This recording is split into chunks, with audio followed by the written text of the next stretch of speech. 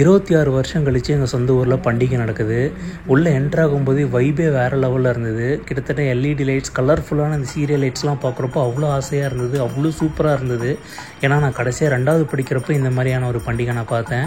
சினிமாவில் காட்டுற மாதிரி தான் 2 கேங்க்கு நடுவில் நடந்த ஈகோ கிளாஷ் கொஞ்சம் எக்ஸ்ட்ரீம் லெவலுக்கு போனனால கோர்ட் கேஸ் வரைக்கும் போயிடுச்சு. அதுக்கப்புறம் எங்கள் சைடில் இருக்கவங்கலாம் இந்த கோவிலை வந்து கோர்ட்லேருந்து மீட் எடுத்து அதுக்கப்புறம் நீங்கள் பண்டிகை நடத்திக்கலாம் அப்படின்னு அவங்க சொன்னதுக்கப்புறமா பல வருஷமாக இது வந்து பண்டிகை நடத்தப்படாமே இருந்தது சில காரணங்கள்னால.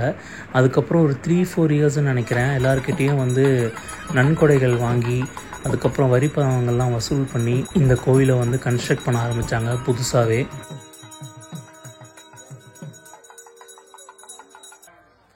பண்டிகை இந்த வருஷம் வந்துடும், அடுத்த வருஷம் வந்துடும் அப்படின்னு 3 வருஷமாக வெயிட்டிங்லேயே இருந்தேன். எங்களுக்கு பண்டிகை இந்த வருஷம் நடந்துக்கிட்டு இருக்குது அப்படிங்கிறத வந்து எக்ஸ்பீரியன்ஸ் பண்ணுறப்போ ரொம்பவே நல்லா இருந்தது. கிட்டத்தட்ட ஊரில் வந்து அவ்வளோ மக்கள் இதுக்கு முன்னாடி நான் பார்த்ததே இல்லை.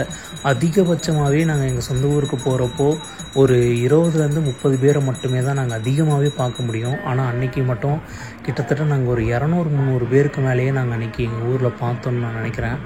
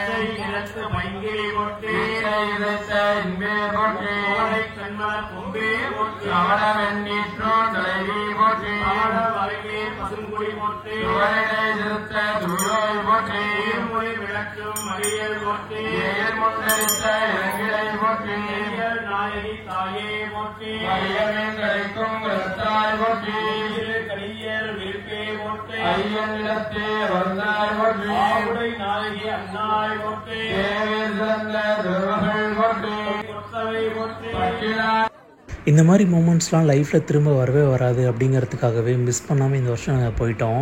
ஊரில் எல்லாருக்கூடையும் ஒன்றா உட்காந்து அன்னதானம் சாப்பிட்ற அந்த ஒரு மொமெண்ட்லாம் வந்து ஃபர்ஸ்ட் டைம் லைஃப்பில் எக்ஸ்பீரியன்ஸ் பண்ணுறோம். இந்த சின்ன பசங்க விளையாடிட்டு இருக்கிறதெல்லாம் பார்க்குறப்போ நான் 26 வருஷத்துக்கு முன்னாடி எங்கள் அண்ணாங்க கூட விளையாடிட்டு இருந்ததெல்லாம் ஞாபகப்படுத்துச்சு. அந்த நாஸ்டாலஜிக் மொமெண்ட்டோடையே அன்றைக்கி நைட் நாங்கள் ஒரு 10:30-11க்கு அங்கேருந்து கிளம்பிட்டோம். அடுத்த நாள் காலையில் கும்பாபிஷேகத்துக்கு நாங்கள் வந்துட்டோம்.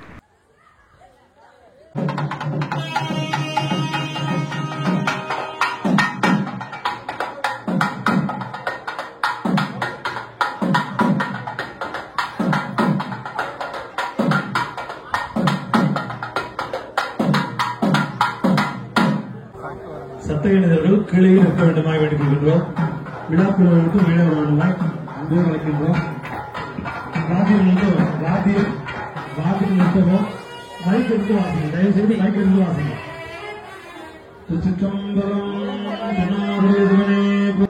இதே அளவுக்கு எங்கள் ஊர் பண்டிகை கும்பாபிஷேகம் பிரம்மாண்டமாக பல வருஷத்துக்கு முன்னாடி நடந்திருக்கலாம். ஆனால் நான் பிறந்ததுக்கப்புறமா நான் விட்னஸ் பண்ணுற ஃபர்ஸ்ட் பிக் ஈவெண்ட் எங்கள் நேட்டிவில் இதுதான்.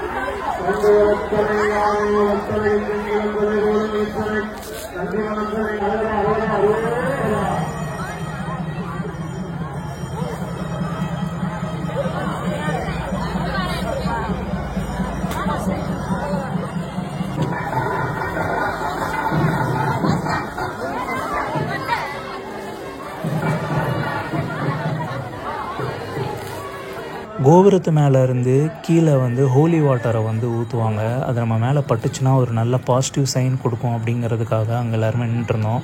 அப்புறம் ஃப்ளவர்ஸ் தூக்கி போடுவாங்க. அதில் ஏதாவது ஒன்று கேட்ச் பண்ணிட்டோம்னா அதுவும் நமக்கு ஒரு மிகப்பெரிய ஒரு பாசிட்டிவ் சேஞ்சு, ஒரு பிளெஸ்ஸிங் இருக்குது அப்படிங்கிறத வந்து ஐடென்டிஃபை பண்ணோம். ஸோ அந்த ஃப்ளவரை கேட்ச் பண்ணுறதுக்காகவும் லைஃப்பில் ஃபர்ஸ்ட் டைம் இதை எக்ஸ்பீரியன்ஸ் பண்ணுறதுக்காகவும் அந்த தண்ணியில் நம்ம மேலே அந்த தண்ணி மேலேருந்து தெளிக்கப்படுற தண்ணி நம்ம மேலே படணும் அப்படிங்கிறதுக்காகவும் நிறைய பேர் ஆர்வமாக வெயிட் பண்ணிட்டு இருந்தாங்க. அது ரொம்பவே நல்லா இருந்தது பார்க்கறதுக்கு.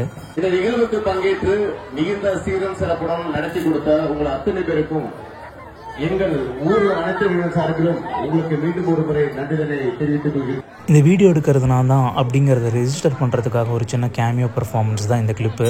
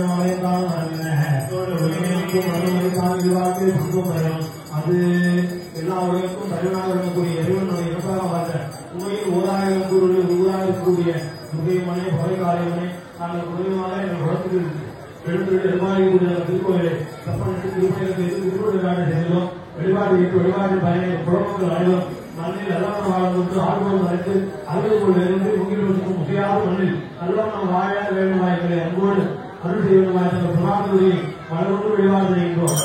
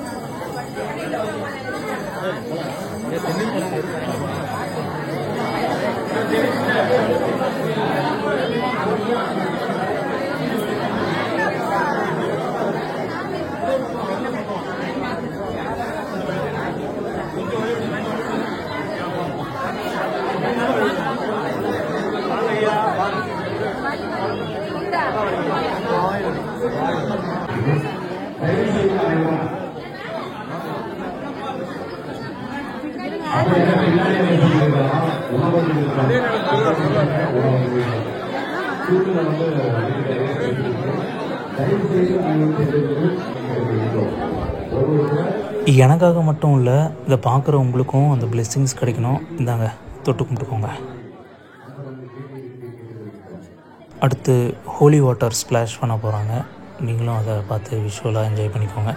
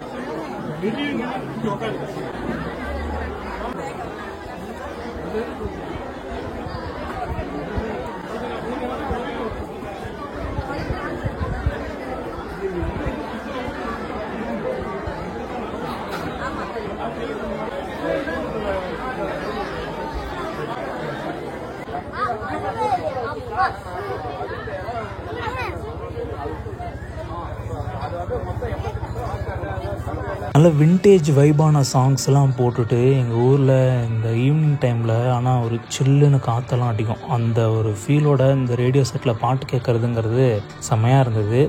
டெக்னிக்கல் ஃபால்ட்னால என் மொபைலில் ப்ளே ஆகிட்டு இருக்கிற சாங்கும் வந்து பார்த்திங்கன்னா வீடியோவோட ரெக்கார்ட் ஆகிடுச்சு. அதனால் ஒரிஜினலாக என்ன சாங் போயிட்டுருக்கோ அதை வந்து உங்களால் கேட்க முடியாது. இது வந்து என்னுடைய பங்கு.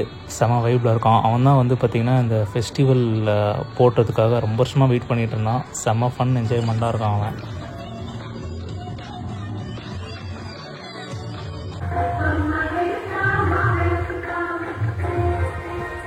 இது வந்து ஆல்மோஸ்ட் ஒரு 6 மணிக்கு மேலே உரம்புற எல்லாருமே கிளம்பிட்டாங்க. ஊர் கொஞ்சம் க்ரௌடெல்லாம் கம்மியாகி ஊருக்காரங்க மட்டும் இருக்கிற ஒரு டைம் தான் அது. ஸோ நாங்களும் வந்து ஆல்மோஸ்ட் கிளம்புற ஒரு டைம். அன்றைக்கி நைட் 8 மணிக்கு மேலே தான் கிளம்பணும். ஸோ இருக்கிற அந்த ஒரு மொமெண்ட்ஸை வந்து அன்றைக்கி டே ஃபுல்லாக என்ஜாய் பண்ணிவிட்டு இந்த லைட்டு திரும்ப நைட் ஆன பிறகு பார்த்து ரசிச்சுட்டு அந்த வெதரையும் வந்து எக்ஸ்பீரியன்ஸ் பண்ணிருந்தோம். ஏன்னா இதெல்லாம் ரொம்ப டார்க்காக இருக்கும். ஒன் ஆஃப் த டார்க்கஸ்ட் வில்லேஜஸாக இருக்கும். நாங்கள் எப்போ ஊருக்கு போனாலும் நைட் டைமில் ஆள் நடமாட்டமே இல்லாமல் ஒரு அபேண்டன்ட் வில்லேஜ் மாதிரியான ஒரு வைப்பு கொடுக்கும். ஆனால் இட்ஸ் நாட் எனிமோர் அப்படிங்கிற ஒரு ஃபீல் எனக்கு அன்றைக்கி கிடச்சிது. பண்டிகை இனிமேல் வருஷம் போடுவாங்க. கும்பாபிஷேகம் நடந்துருச்சு. இது மாதிரியான பிரைட் லைட் நம்ம ஊரில் வந்து இனி எப்பயுமே அடிச்சுட்டே தான் இருக்கும் அப்படிங்கிற வந்து ஒரு ஃபீல் எனக்கு கிடச்சிது. ரொம்ப சந்தோஷமாக இருந்தது. ரொம்ப மனநிறைவாக இருந்தது. இந்த ஒரு கும்பாபிஷேகம் நடக்கிறதுக்கு காரணமாக இருந்த எல்லாருக்குமே வந்து அங்கே வந்தவங்க எல்லாருமே ரொம்ப ஹார்ட்ஃபுல்ட்டு தேங்க் பண்ணாங்க. இது மாதிரி அடுத்தடுத்த ஃபெஸ்டிவல்ஸ் வந்து நடக்கும் அப்படின்னு நான் I am wishing for that. Hopefully it happens. Thank you for வாட்சிங்.